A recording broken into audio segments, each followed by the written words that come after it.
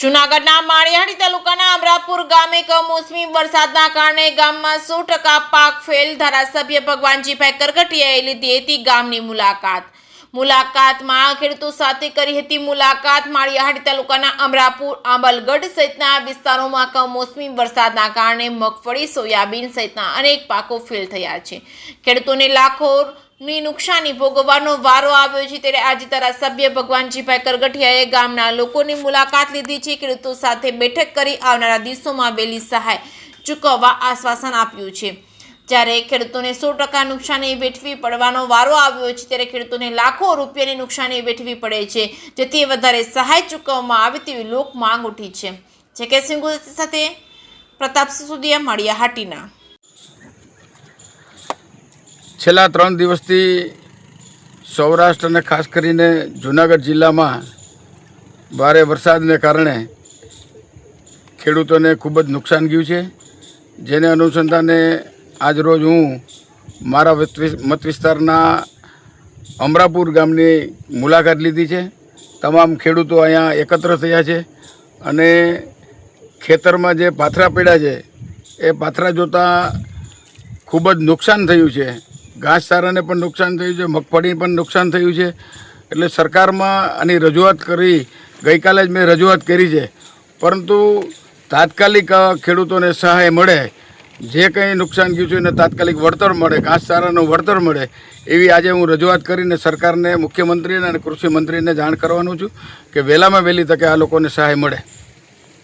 અમરાપુર સરપંચ શ્રી ભૈલુભાઈ સોલંકી, છેલ્લા 3 થી 4 દિવસ ત્યાં અમારા વિસ્તારની અંદર અવિરત વરસાદ વરી રહ્યો છે। ત્યારે સંપૂર્ણ અમારા જે ખેડૂતો છે તેનો સંપૂર્ણ પાક, નવરાત્રિની અંદર પણ વરસાદ હતો ત્યારે પણ જે આગલી મગફળી હતી તે સંપૂર્ણ નાશ થઈ ગઈ છે। આ પણ તમે જોઈ શકો છો કે છેલ્લા આ 50 વીઘાના પાથરા પડ્યા છે। સંપૂર્ણ આજરોજ અમારા ધારાસભ્યશ્રીને પણ અમે મુલાકાત કરાવડાવી અને આપના માધ્યમથી, જીએસટીના માધ્યમથી પણ આ વસ્તુ છે કે તમે બધા સરકાર સુધી પહોંચાડી શકો કે અમારા સંપૂર્ણ ખેડૂતનો પાક, ખેડૂત બરબાદ થઈ ગયો છે આજે, કે એની પાસે એના પશુધન છે એને પણ ખવડાવવા માટે એની પાસે કંઈ રહ્યું નથી।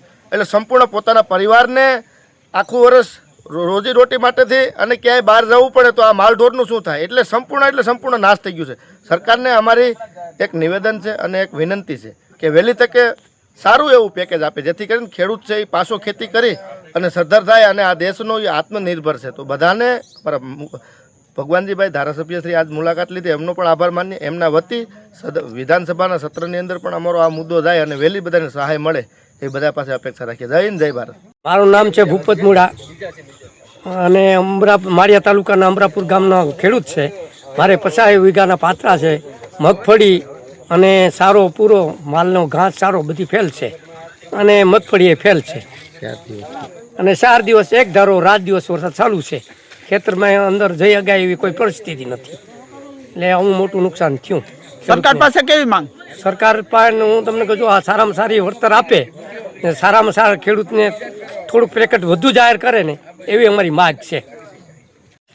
મારું નામ વેલજીભાઈ ખીમાભાઈ કોદાવલા, ગામ અમરાપુર।